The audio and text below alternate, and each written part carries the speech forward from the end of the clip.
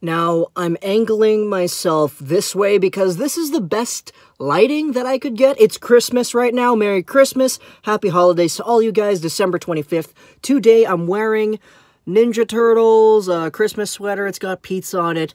I'm actually going to let you guys in on a little bit of a confession here. I've never actually seen any of the Ninja Turtles media, but I have a sweater here that I'm wearing because, you know, Christmas.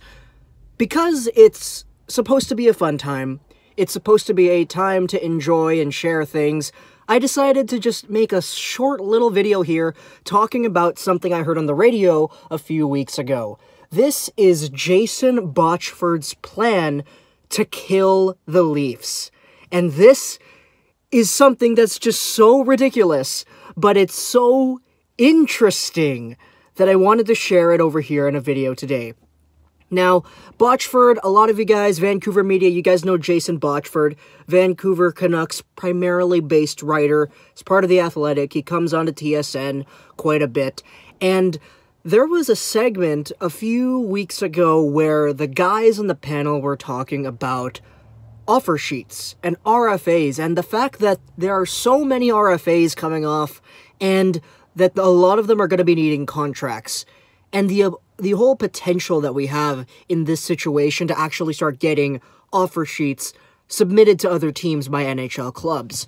And Botchford came up with a great, not necessarily super realistic, but a great plan to kill the Leafs. So if you guys want to go over that, first off, we actually need to understand what an offer sheet is. So when a restricted free agent hits his restricted free agency, the team that holds that player has the negotiating rights with that player. However, if another team wants to negotiate with that player, they are free to do... I don't know if you can hear that, there are cops. They're free to do so. And the only way it would actually go through is if the free agent in question signs the paper, says, yes, I will agree to this contract. Let's use William... The cops are getting louder, Jesus. Let's use William Nylander as an example. If the Philadelphia Flyers offered William Nylander a contract, and William Nylander was like, yeah, okay, cool, I'll do that, and he signs it, that is an offer sheet, and that is accepted. That is the deal, and the Toronto Maple Leafs have two options. Either they accept Philadelphia's request, and they send Nylander over to the Flyers in exchange for draft pick compensation, or the Leafs would have to be like, okay, we're going to match that. And what that literally means is they match it. They say, okay, Philly's offering you 8x7. Okay, well, we're going to give you 8x7 so you stay with us and not with Philly. That's basically the two options here if a team decides to send out an offer sheet. And, of course, nothing happened because Nylander didn't sign with any other NHL team, which means that any potential offer sheets that he could have gotten were just thrown out the window and said, nah, fam, I'm good.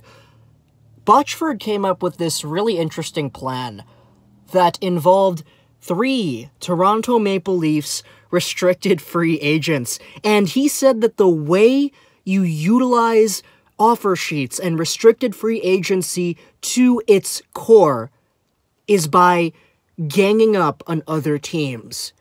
And what he means by that is he says that teams need to gather up and target one specific team in order to get the best out of offer sheets. And in this scenario, he says that in order to really kill the Leafs, one team needs to offer sheet Austin Matthews for $15 million. Another team needs to come in and offer sheet Marner for $10 million. And another team to come in and offer sheet Kasperi Kapanen at $4 million.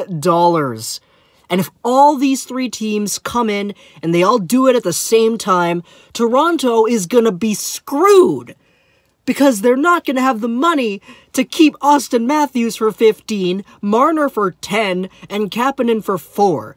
Now, I know there's a lot of speculation saying that, okay, well, just looking at the contracts right now, Kapanen is the odd man out. He's probably not going to be a Leaf next year. I've seen that discussion, and I've seen that argument made a plethora of times, but If this happens the way Botchford describes it, then I totally could see the Maple Leafs losing out on their core pieces, because either they keep Matthews for 15 or Marner for 10 or whatever, or they're forced to completely terrorize the rest of the lineup and remove things and add things to make things work out.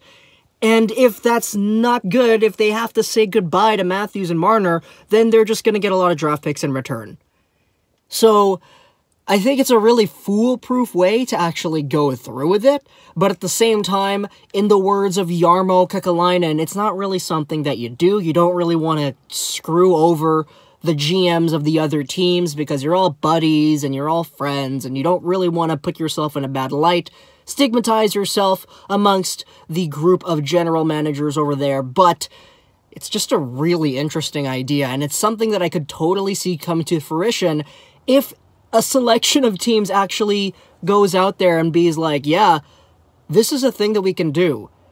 So overall, Jason Botchford's plan, it does look pretty good, but I don't know if it's something that I could realistically see happening ever. But it does exist, and that idea is out there. So that's basically it. I mean, of course, you're not really going to see it happen, but if it does happen, wow. I know it's a very interesting take from Botch, it's a very interesting idea, but that basically sums it up. Hope you guys are having a great holiday. Hope you guys enjoyed this video. I don't really know if you did. Twitter group +9 Gaming, and bye.